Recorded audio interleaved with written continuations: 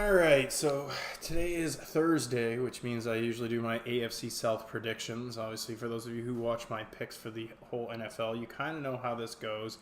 But let me just hop into it. It's a little bit more of an in-depth breakdown of how I kind of see these games going.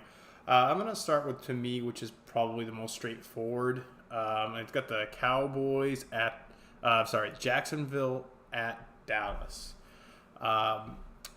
I don't think Dallas has played a defense that is even remotely this good. I really think Dak Prescott's going to struggle. I think Ezekiel Elliott's going to have a tough time. And if you take away Elliott, I really think the Cowboys become very easy to beat. And I think that it doesn't matter how bad Bortles plays, even though he is on track to have a good game, because the whole mantra with Bortles is one bad game, one good game, one bad game, one good game. He had a really bad game last week. So I'm going to go ahead and I'm going to take that the Jacksonville Jaguars are going to beat the Cowboys 28-14. I don't think that the only reason why the Cowboys are going to score is, again, I think the Jacksonville D is going to come disinterested probably about midway through the third. I'll be surprised. I won't be surprised to see a score of like 21-7 in the third. So moving on, let's go to the let's go to the Colts. We'll say the Colts have the Jets. It's the Colts in New York. So, I still can't get over the fact that that the Jets beat the Broncos last week. I really don't think the Jets are that good of a team. Makes me think that I think too much of the Broncos.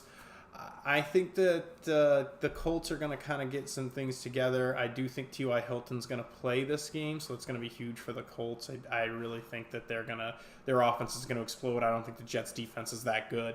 So I think that this is going to be a rather high-scoring game. I think the Colts are going to take this game, and I think it's going to be a 34-20 game. I think the Colts are going to take a 34-20. I don't think the Jets really pose much of a threat to them, but I could be wrong. I mean, look what happened last week. So let's go to the Texans at the Bills. Or no, I'm sorry. Bills at the Texans, rather. My apologies. So last week I predicted the Texans lose to the Cowboys. It was a close game, and the Texans pulled it off. Obviously, the Bills beat the Titans. Woof. And, I don't think that the Bills are going to go in there. The Texans aren't going to take the Bills lightly like the Titans did. I don't know. The Titans really didn't necessarily take them lightly, but I just think that the Texans are going to be able to put up points, something that the Bills won't be able to do. I think that Josh Allen's going to struggle. He's going to kind of be in a shootout. I expect high points from the Texans. I think they're going to score 30 plus.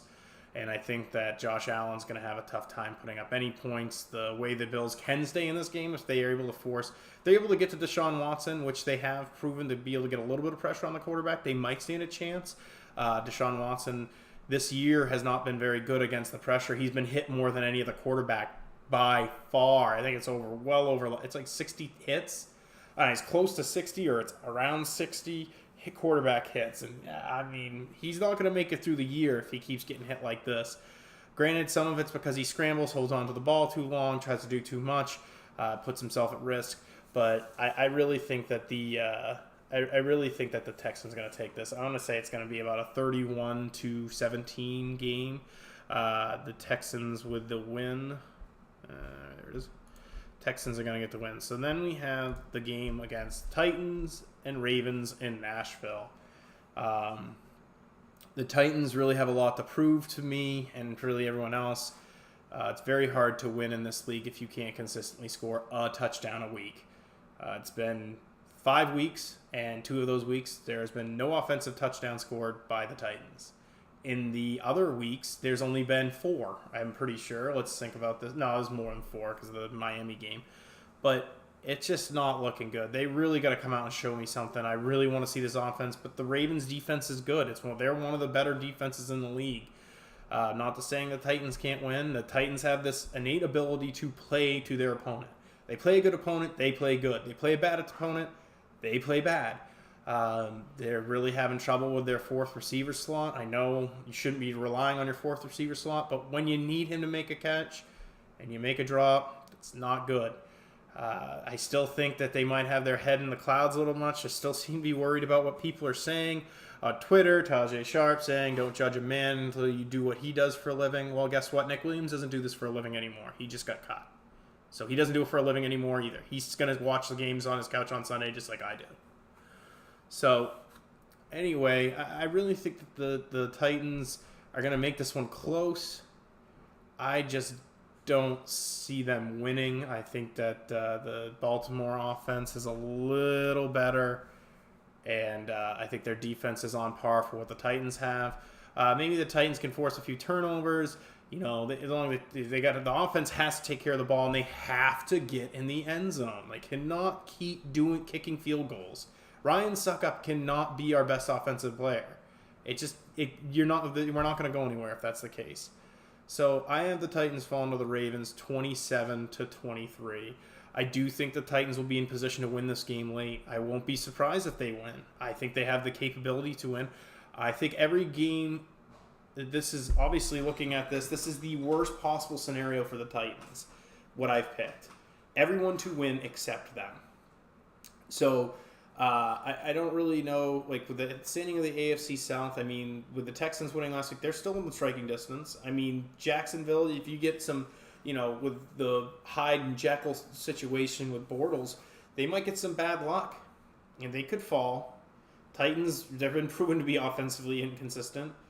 I mean, the only team that I really don't think has much of a chance, and it's more or less because of the supporting cast, is the Colts. But I still won't be surprised if they're hanging around either.